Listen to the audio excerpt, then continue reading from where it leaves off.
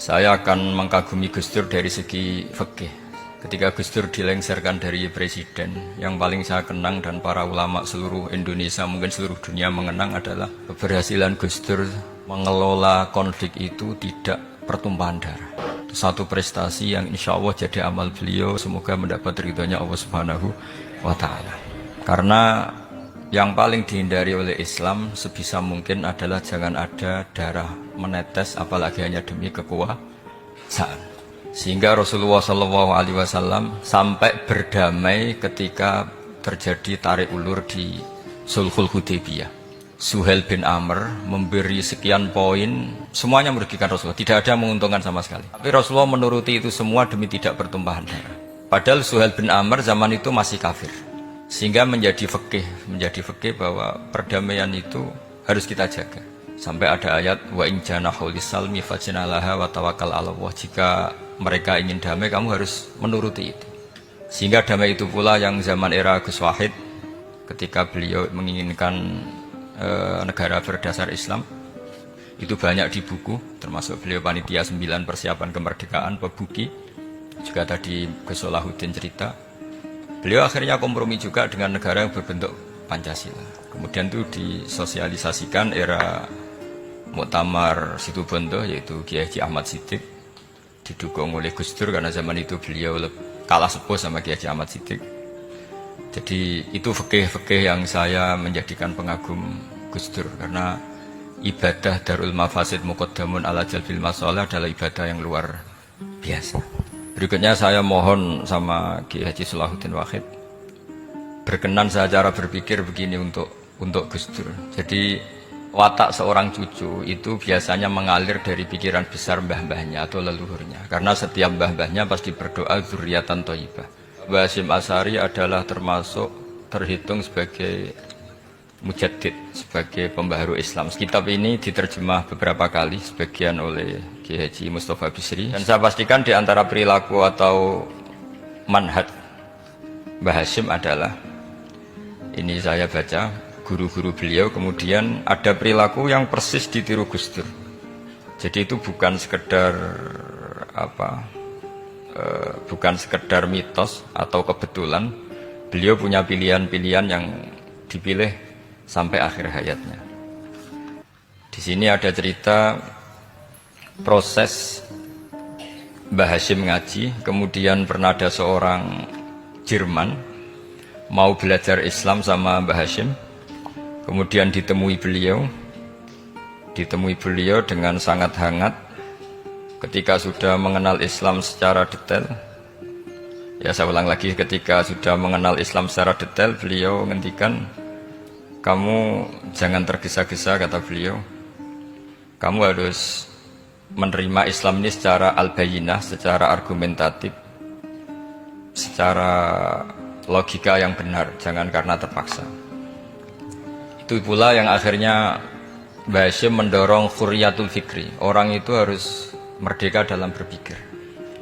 Itu pula yang mengilhami Rasulullah SAW ketika Sulhul Hudaybiyah. Orang kafir yang masuk Islam harus dikembalikan ke habitat kafir, karena itu habitat asli. Karena rata-rata dulu suku Mekah zaman itu kafir semua. Tapi yang orang Islam masuk kafir harus dibiarkan karena dianggap kembali ke habitat. Tentu semua perjanjian itu merugikan Rasulullah SAW. Tapi yang unik, Rasulullah itu menerima itu semua. Kata Rasulullah, sudah perjanjian itu kita terima saja.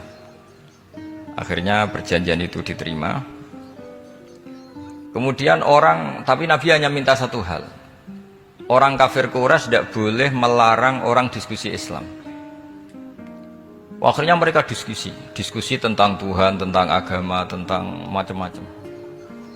Sehingga mereka akhirnya membandingkan, namanya punya Tuhan batu sama Tuhan yang disebut Muhammad. Tentu mereka masih jangkar pakai nama Muhammad. Mereka diskusi. Kalau kita punya Tuhan berhala, efeknya begini-begini. Kalau Tuhan kita banyak, efeknya gini-gini. Diskusi.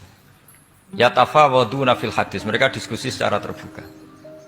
Terus fama ahadun ya'kilu syai'an illa dakhala fihi. Kemudian seseorang yang berpikir secara benar, yang mengenali Islam, pasti akan masuk Islam. Sehingga karena mereka diskusi bebas tanpa tekanan, akhirnya mereka memilih Islam. Dan setelah mereka Islam, mereka akhirnya ikrar Islam sama ikrar ya cara sekarang ikrar, kemudian menjadi Muslim. Dan otomatis perjanjian itu dibatalkan. Makanya kata Imam Zuhri, guru Imam Malik, maka nafathun a'zuma fil Islam min sulhul Hudaybiyah. Enggak ada kemenangan Islam sehebat kemenangan dalam Hudaybiyah, yaitu orang berbebas berpikir. Kemudian kebebasan berpikir ini pasti mengarah ke mengaku yang benar, menanggalkan yang salah. Tentu orang dulu mendewa-dewakan Lata Uzza, pokoknya menuhankan makhluk, menjadi sadar bahwa itu aneh.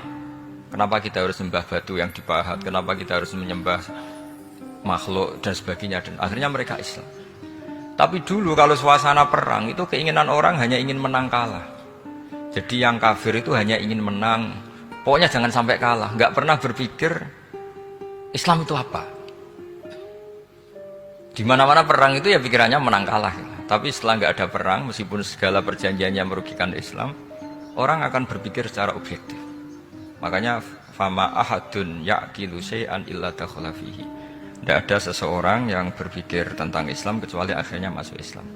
Sehingga itu disebut maka nafathun a'zama fil Islam min sulhul Hudaybiyah. Enggak ada futuhat yang sebesar sulhul apa?